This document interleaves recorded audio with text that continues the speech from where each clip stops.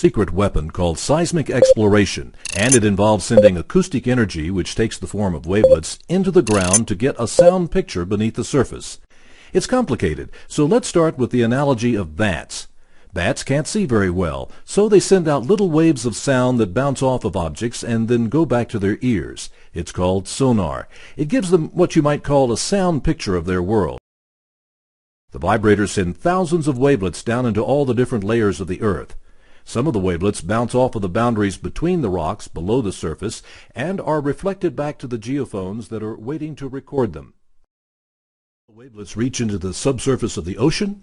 That's offshore seismic, and it just requires a different device to send out the wavelets.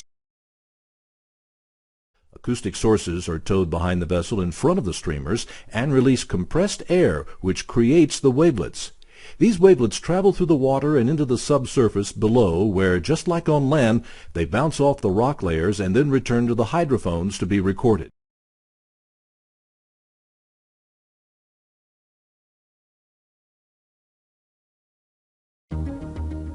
To understand more about plate tectonics and continental drift, we have to look deep inside the Earth.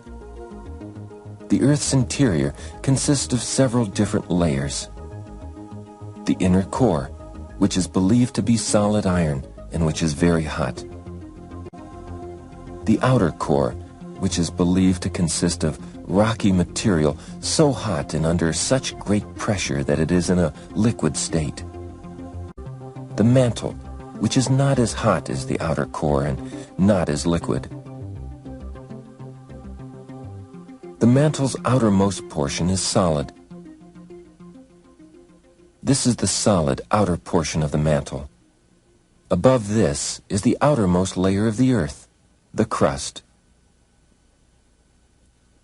Together, the crust and solid outer portion of the mantle form the Earth's outer shell.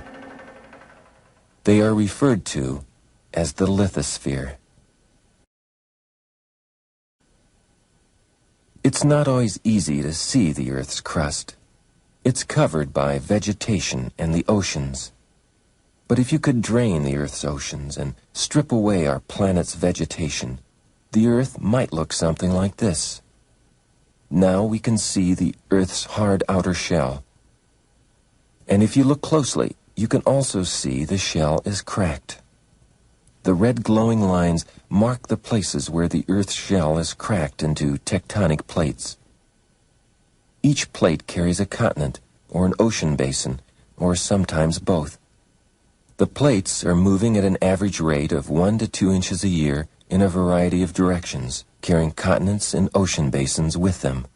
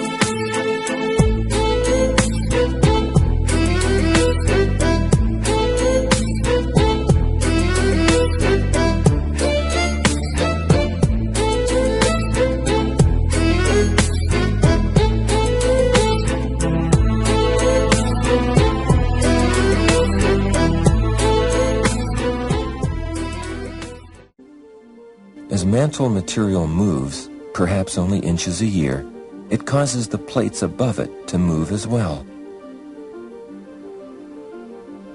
In some places, plates are moving in opposite directions. They are moving apart. The area where two plates are moving apart is called a divergent boundary. In other places, plates are colliding. The area where two plates are colliding is called a convergent boundary. And in other places, plates slide past each other. It is called a transform boundary.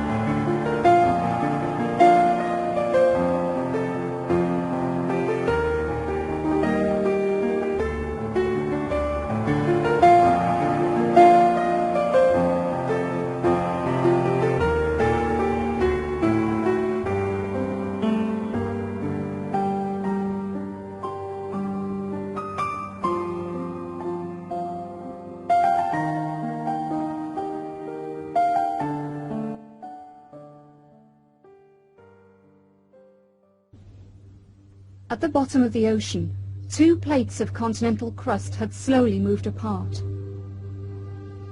Molten rock called magma, lying below the plates, oozed up through the cracks.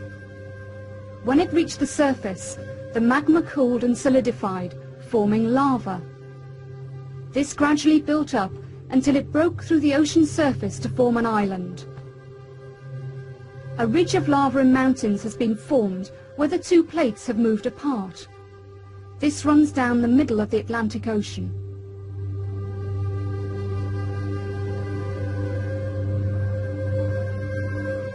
The plates are moving very, very slowly, less than 5 centimeters a year. But over time, this has added up. In 1963, Icelandic fishermen spotted plumes of ash, steam and lava shooting out of the sea.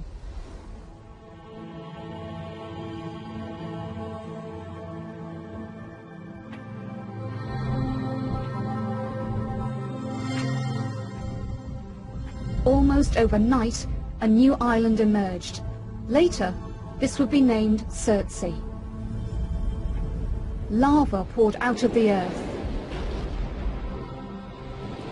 The eruptions didn't stop until 4 years later. Within months, birds began to visit and plants grew. And this is where plate material is destroyed, a convergent boundary. In this cross-section, the plate on the right is carrying an ocean basin and is moving in this direction. The plate on the left is carrying a continent and is moving in the opposite direction. The plate carrying the ocean basin is heavier and is diving beneath the plate carrying the continent. The leading edge of the diving plate is consumed back into the Earth's mantle. When one plate dives beneath another, it is called subduction, and the area where it occurs is called a subduction zone. Subduction may resemble what is happening on this lava lake, as sections of hardened crust dive beneath other sections.